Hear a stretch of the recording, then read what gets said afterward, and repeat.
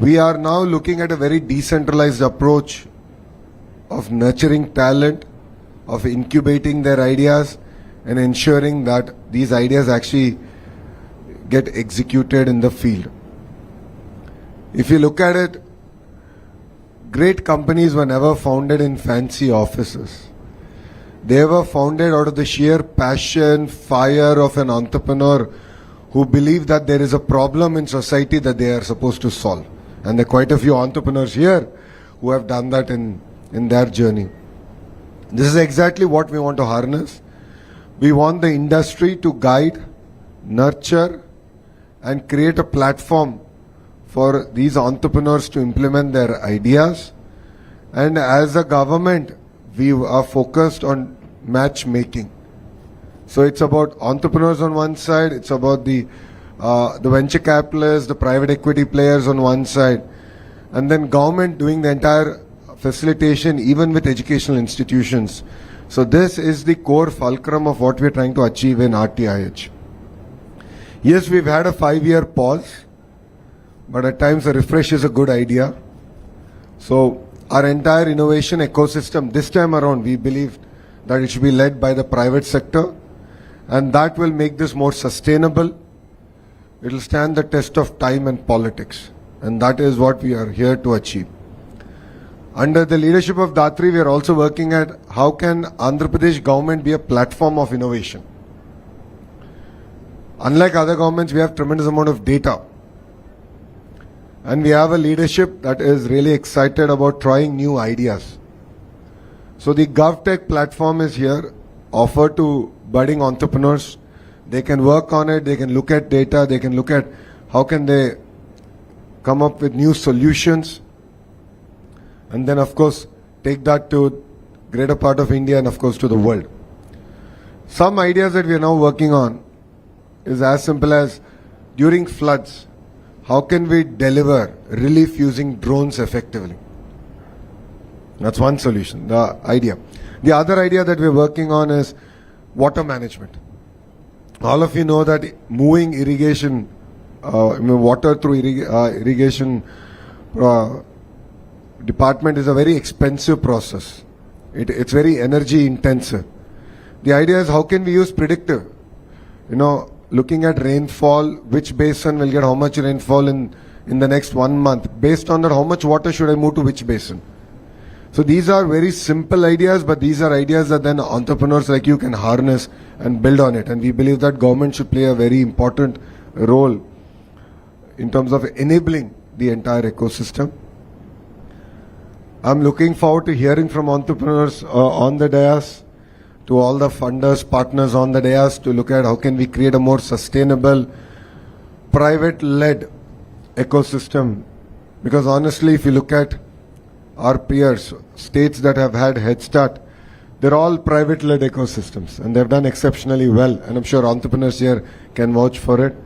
So I'm looking forward to working with you on one, incubating it, executing on the entire ecosystem, to also giving us feedback on the areas that you would like to see improvement on. So I'm working with partners here, especially with Rajesh here, on looking at how do we reduce the cost of logistics. How do we look at making even a micro entrepreneur a lot more successful. So Rajesh's expertise comes from logistics. And we're taking his input on how can I make a trucker a more successful entrepreneur. So entrepreneurship is a bit glorified with IT alone. I believe that's just one part of the entire equation. There's a lot more that we can do. There's a lot more that we can achieve across board. There's a lot of activity happening with a trucker, with an entrepreneur in food processing. So these are things that are actually very exciting for us as a state.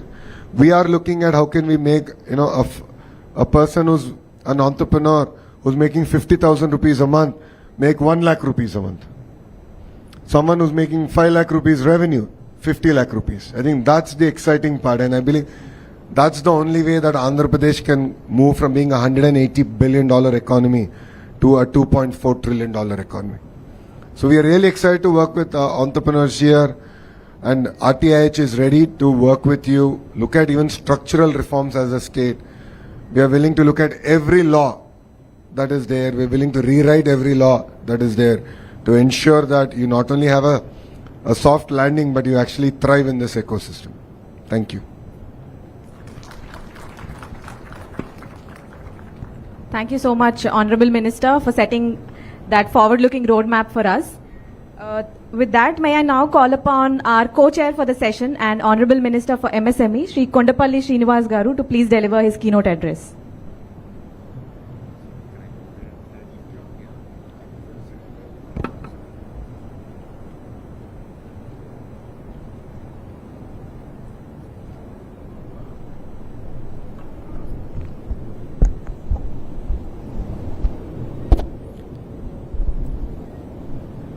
Very good morning. I'm very honored to share the dais with my beloved leader, Shri Nara Lokesh garu. Very passionate, very energetic, and handful of guidance for young leaders like me. Thank you so much, sir. And also, with due respect, I would like to recognize the panelists as well. Good morning. I only have 5 minutes, but I want to brief about what is the entire concept, how is it being built by Honorable Chief Minister. Honorable Chief Minister believes that Indians do have a lot of vision on the entrepreneurship, because back from Satavahanas, he believed that a lot of import and exports were happening in India. He believes that genetically we have this concept of entrepreneurship in Indians, because he has seen a lot of Indian leaders across the globe. 30 years ago, Honorable Chief Minister believed that IT is going to be the future and Indians should take the profession of IT. But now he believes that we have the global leaders, global connect. He wants to promote entrepreneurship in a big way. He called for a concept of one family, one entrepreneur in a big way. For that, he wants to build an ecosystem where every entrepreneur who want to start an entrepreneurship, or who is an existing entrepreneur who want to get a support from the government and the industry and the university as well. So for that, he has empaneled RTIH, Ratan Tata Innovation Hub, where every budding entrepreneur and the existing entrepreneur get a good hand-holding system. For a new entrepreneur, there is a startup ecosystem that is being built with the help of the corporates who have taken this as a big challenge along with the government to do it in a big way. For this, we have taken a hub and spoke model, with hub being the Amravati and the spokes being in 5 different zones in Andhra Pradesh. Each zone will have a spoke led by one of the corporate, which is going to get all the industries together in that spoke, in that zone, and try to understand what kind of support can be given to these industries. And they're also linking the universities existing in that zone and trying to get the support to the industry from the university as well. And for the budding entrepreneurs, this spoke is going to conduct the startup hackathons and connecting the universities, getting the students together, and any entrepreneur, budding entrepreneur who has a startup ecosystem, who has a startup and who has an IPR, is going to get a virtual funding concept from this spoke. And the hub is actually going to coordinate all the spokes in a big way. So the concept is as such is in a big way to say, but we have to start somewhere, and this is where, with the guidance of Honorable Minister Nara Lokesh, under the IT Ministry has taken it in a big way. He was able to motivate all the big corporates and get them into this ecosystem so that proper guidance will be given to the budding entrepreneurs and the new existing entrepreneurs as well. And I should clearly say that this ecosystem will really buzz the industry as well, because any problem in the existing industry can be reached here, discussed here, and what is the latest technology can be, what is the problem that can be resolved in that specific to the industry can be discussed and resolved. And there is a scope for private, R&D centers to empanel in this RTIH as well. There's so much to say, because world is, we have to build a better world tomorrow, and this is where we're starting. And Andhra Pradesh as such, it's a big concept with RTIH. It's going to boom the industry. It is going to help the industry. Definitely, I would believe that every budding entrepreneur can definitely get help from this RTIH. And the whole concept of one family, one entrepreneur, it's not a big big challenge. It's somewhere we need to start, and this is how we started under the guidance of Honorable Chief Minister and my Minister Nara Lokesh garu. So definitely I would like to hear good questions on this, and I'm really hoping that we could answer all of them. Thank you so much. Thank you.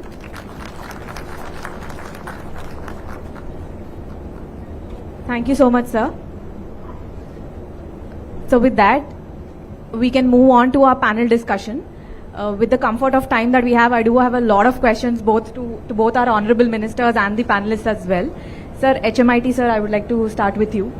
The one family, one entrepreneur vision is a bold and unheard of vision set by any other state. So on a policy and on-ground execution front, what would this entail? No, if you look at it, both the MSME minister and the IT minister are sitting next to each other. It's a clear message to the entire ecosystem that we need to work together.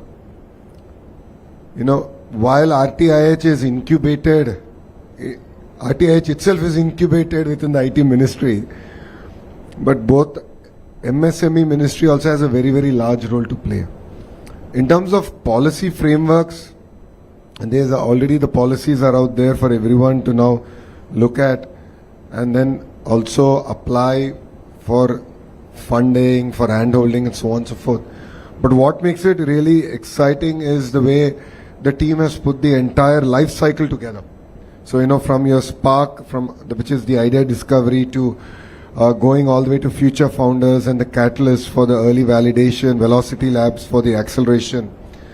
And then, of course, once you go for mass production, then comes MSME, and then once his job is done, that is, once you're in your next orbit, then the industries minister comes into play. But what's really exciting and what's very important for us is to look at how do we create a mechanism where entrepreneurs on the dais, funders like Satish can come in and identify companies that they want to nurture a lot quicker.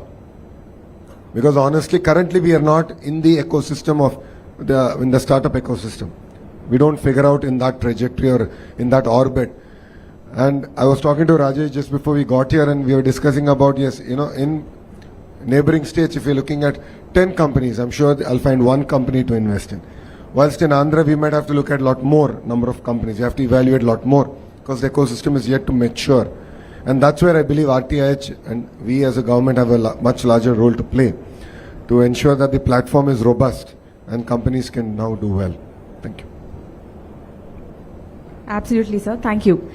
Mr. Ravi Arora, through the Tata Group, you have institutionalized innovation across all its 100+ companies, which is mammoth.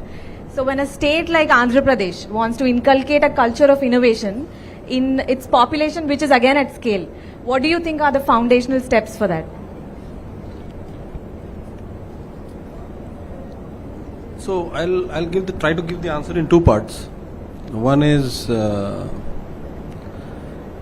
very similar to, for example, Tata Group has about 1 million employees, and equivalent to entrepreneurship is intrapreneurship. That's what we have been trying to drive at Tata Group. In the last 10 years or so, we have been able to actively involve 150,000 employees across the group companies, Tata companies, who have come forward, do some interesting stuff, take some risks, do some bold experiments, and make presentations to the management. Now, in the whole process, what I feel is a risk.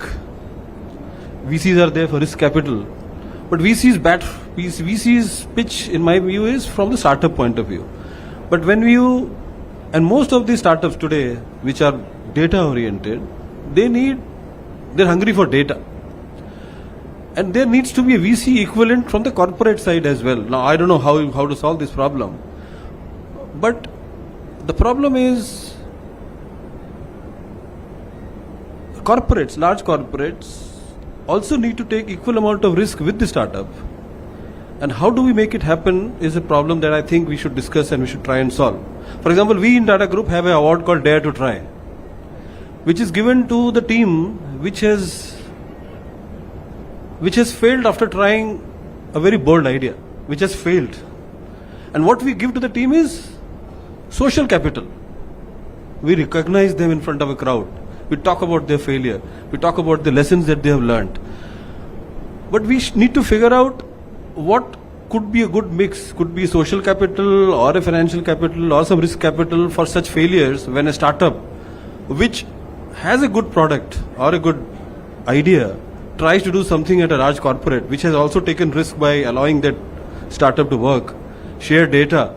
Can we try and see if we can solve such problems? Can we, for example, in terms of data, can we create a DigiLocker for data so that it is safe and it is only used for experiments?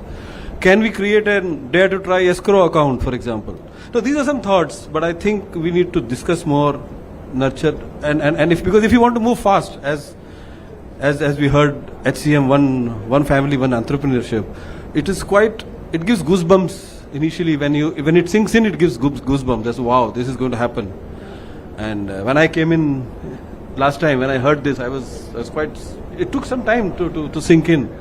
But I think if once it sinks in, I think we'll find ways and means to do it. If we all are united, if we are all are aligned, I don't see any reason why this won't happen. So thank you, Satri, for this question. Thank you, Mr. Arora. The dare to fail concept is so important, and this is something we should inculcate at a society level. Make failure, especially in entrepreneurship, less of a taboo. I think that is one of our agendas as well. Now we'll have Mr. Rajesh Abaji. Rajesh and we share a common alma mater. So anything interesting that he says today, me, along with a couple of other KGPNs here, are going to claim partial credits for that. Mr. Raj. So, Mr. Rajesh, but on a very serious note, you have solved one of the most complicated problems and then scaled that product nationally, which is, I'm sure, very inspirational for a lot of founders beyond metros. So, Solving. So for a founder who's building out of, say, Vizag or Vijayawada and wants to scale up from tier 1 and build to national and global markets, what do they do to do it without relocating? Yeah. See, I think as Lokesh Garu was saying, right? I mean, it's been like 10 years. It's the 11th year we're building Black Buck, and I was actually working in Guntur for 4 years before I started Black Buck, and I think this links to the question which you are asking, right? That probably imagining to start up in Guntur is hard because you, like, let's say, most of us, probably, like, my parents, was from an agricultural family background. Like, so by the way, you use the word Srikakulam in your opening talk. I am from Srikakulam. So you're saying that a boy sitting out of Srikakulam, can they imagine? Okay, I'm a boy sat out of Srikakulam and have been able to imagine. Wow. So what I was trying to say is that, most of us are from either service families or are from, like, agricultural backgrounds in this part of the, Andhra. Right? For us to really imagine how a dhanda runs versus, let's say, when people are from family business backgrounds, it's actually very different. And the next breed of entrepreneurs and the generation of entrepreneurs are actually very much mission-driven entrepreneurs. I have found very, very less percentage of people who say that, they're starting off, just because they want to make money. I think it's always been driven by purpose. And what that does is that that actually creates the next step to be very, very vague. They don't know what is actually the next step. That was, for me, while I was based out of Guntur, right? And the only, simple thing for me was to essentially step out and take a relocation to Bangalore so that I could, like, interact with entrepreneurs there. And this, I'm talking 2013-14 ecosystem, where probably you can compare that with, maybe today, Vizag, or, maybe 1-2 years, before that.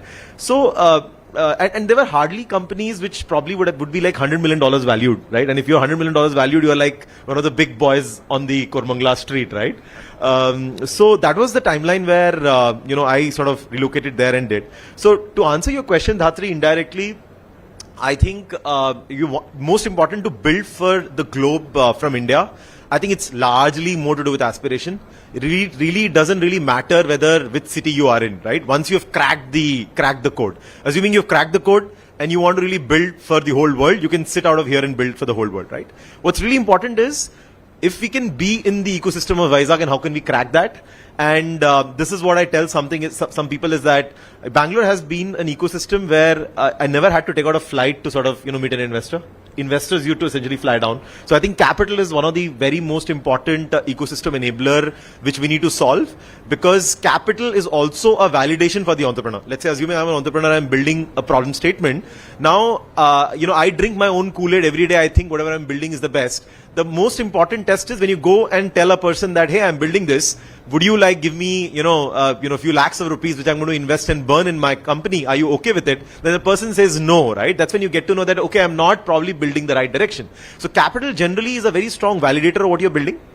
And the second biggest thing, which I think Vizag should probably never ever have any problem with, because, which I think yesterday Honorable CM also was mentioning in his, statement that, globally 1 out of 4 people is IT in Indian, and in IT 1 out of 4 is like Andhrites. And even at Blackbuck, I think 40 to 50% of the people in technology are Andhrites, right? So I think Vizag, you will not have a talent density problem. I think if people you find, would be like far richer, would really want to work from this particular place, I think that's the second biggest sort of enabler.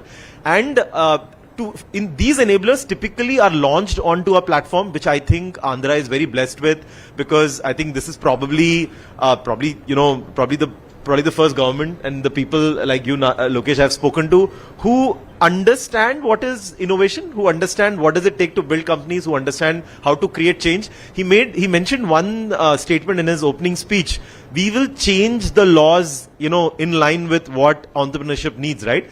It's a very heavy statement to make, and I think if the intent is like that, Vizag has a platform which basically is really, catalyzing and lubricating this entire ecosystem to build out. And I think the parts which I talked about, I think capital, which probably is again a network effects ecosystem, I think that's something which probably can easily be solved by, by the frameworks, by the two people sitting on the right and left to me, right?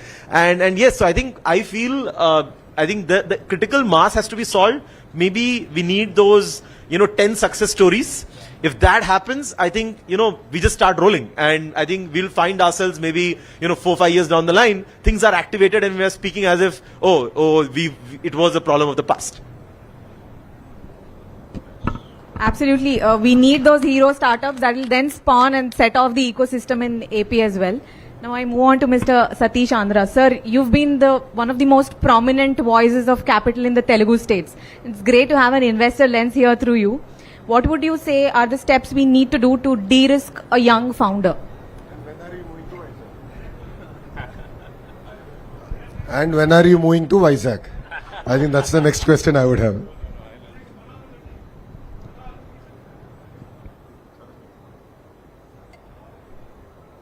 It's okay now.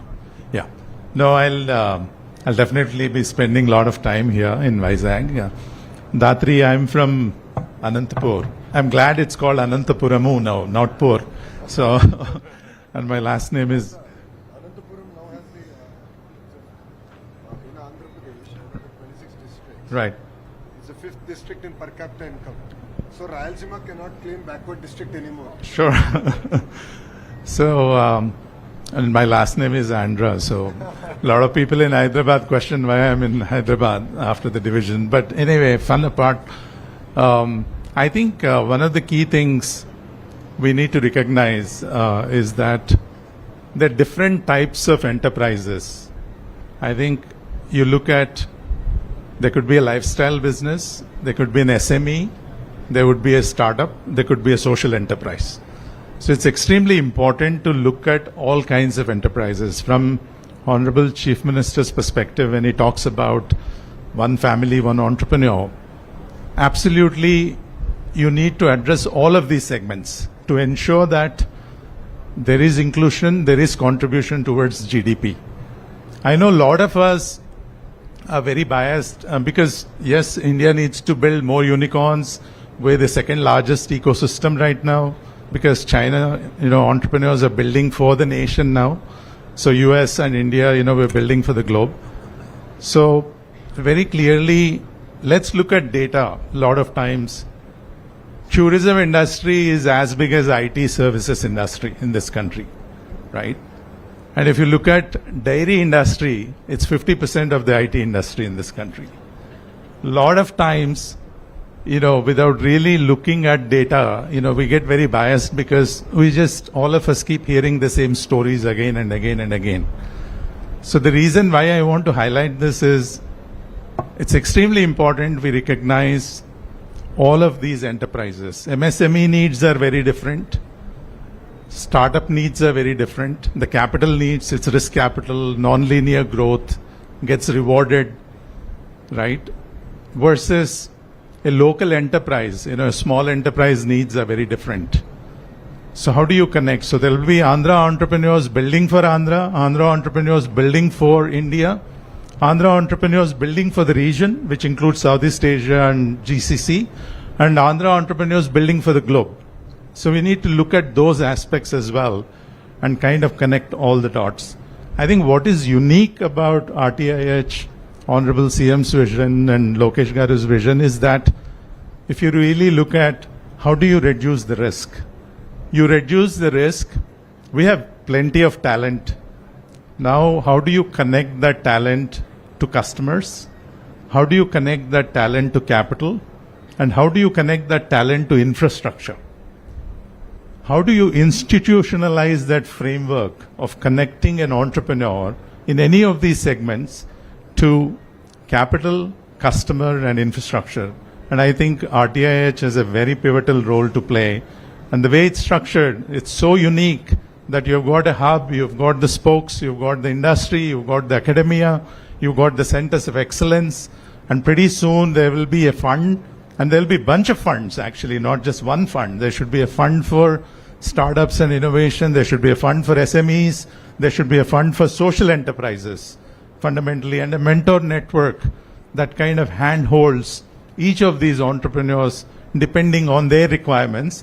Because in the end, every entrepreneur creates wealth, shares wealth, creates employment, contributes to the GDP, both direct taxes, indirect taxes, and we have to empower all of them. And that's what I think is the vision of Honorable CM and Lokesh Garu, and RTIH, I'm sure, is going to play a pivotal role, and we're all here to support, the entire state to kind of leapfrog everyone out there. Thank you, sir. I'll have you talk about the fund in the next round of questions. But just as a follow-up to the answer that you've given, what can we, RTIH and the state of Andhra Pradesh, do to better help VCs connect their capital with talent in AP and also enable them to enter the state faster? I think Rajesh talked about capital validation. I'm a very firm believer that capital chases talent. It's not the other way around, right? So when there is talent, I think investors are greedy. They go everywhere where they can find talent. And also today, entrepreneurs have to look at we're a connected world. While there is geopolitical scenario out there, a best entrepreneur raises capital from where it's plentifully available, builds it where it is inexpensive, markets it where they get a premium, and exits where they get the highest valuation. So you have to have that mindset, right, to be able to do that. So to me, I think let's create success stories. I think you've seen, in Pulala Gopichand Academy, I always take this example, right? Prakash Padukone, not to belittle anyone, all of these are great sportsters. He set it up 30 years ago. Pulala Gopichand, again, Honorable CM played a big role, obviously supporting the ecosystem. 15 years ago or 10 years ago, he set up the academy, and you've got plenty of players in the top rankings of the world, right? Badminton. Success breeds success. When I see someone becoming successful, I get inspired. And then I say, oh, I can do it too, because, someone I see every day is able to do it. Now I will leapfrog because I take that playbook and I go a step further and I can do it even better. So to me, I think let's absolutely find that talent, support that talent, and showcase that talent. You will be obviously saying no to many of the investors because they'll all be calling you. Thank you, sir. That was beautifully put. And a note to my team, please steal the lines. It's a tweet waiting to happen, especially the journey of the entrepreneur that was just articulated. Sir, Honorable MSME sir, Minister, sir, the next question, sir. Andhra Pradesh has been doing really well in the ease of doing business. It's one of the top performers. how do we ensure that the same level of responsiveness is also given to our startups and the smaller MSMEs? It's the right question. In fact, the entire industry has been aligned to the to promote entrepreneurship. For that, Honorable Chief Minister wanted to dedicate an officer at the grassroots level and empanel him and support him in a very big way that, a proper hand-holding system gives to the entrepreneur as well. So we're engaging one officer at every RTIH who is going to collaborate with all the officers at the zonal level, at the district level, and the district level also will have IPOs across each constituency, so that every entrepreneur who want to start something, they're connected to RTIH as well. So that's a very big way to go, but definitely we want to promote entrepreneurship. Honorable Chief Minister's vision for 2047 wants every family should have one entrepreneur who could really prosper the village, his place, and the country as well. Being second highest populated country in this world, we are the biggest consumers in the world, and we can produce for our own needs, and we can also produce for the global needs as well. Honorable Chief Minister believes that if we could establish the ecosystem, definitely India could prosper, and definitely every family could prosper. So that is how the Honorable Chief Minister has been guiding us. Proper ecosystem has to be established, and the department is going to realign ourselves in a way that it could really help the industry as well. Thank you. Thank you, sir. Professor Ramesh Loganathan, I think you're one of the voices that's worked both in the industry and academia, and which is why we have that much more of an amplification effect from you.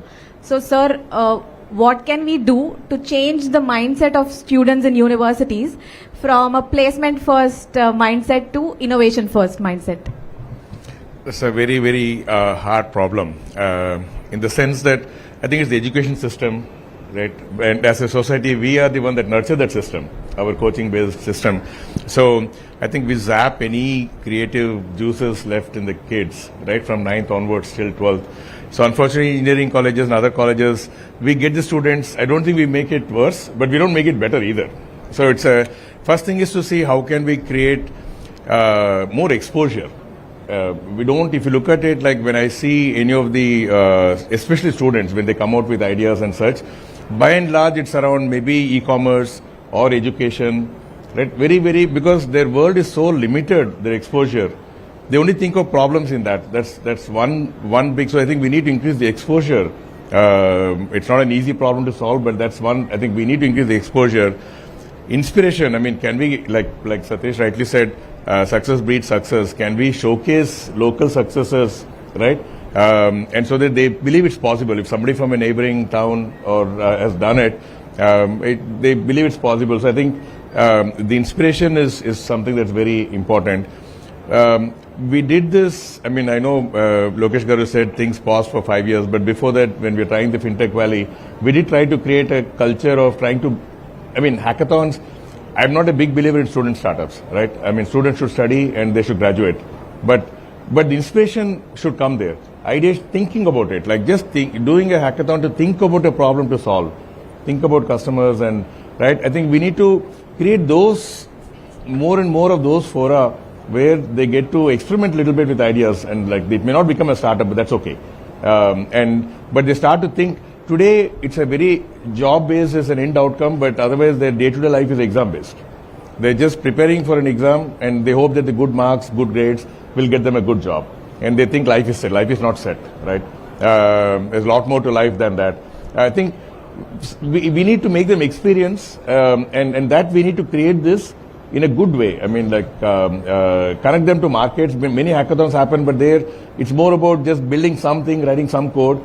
Can we create hackathons where they think about customers and problems, users and problems, and try to solve that? I think that at scale, I think the framework that RTIH is creating in the hub and spoke model is a good framework to devise something at the central level and roll it out all the way up to like maybe even a district level, and have hackathons that roll up to a state level. But doing it in a way that's very user, customer, problem focused is very important. I feel that alone can bring about change in mindset, and that change in mindset is the starting point.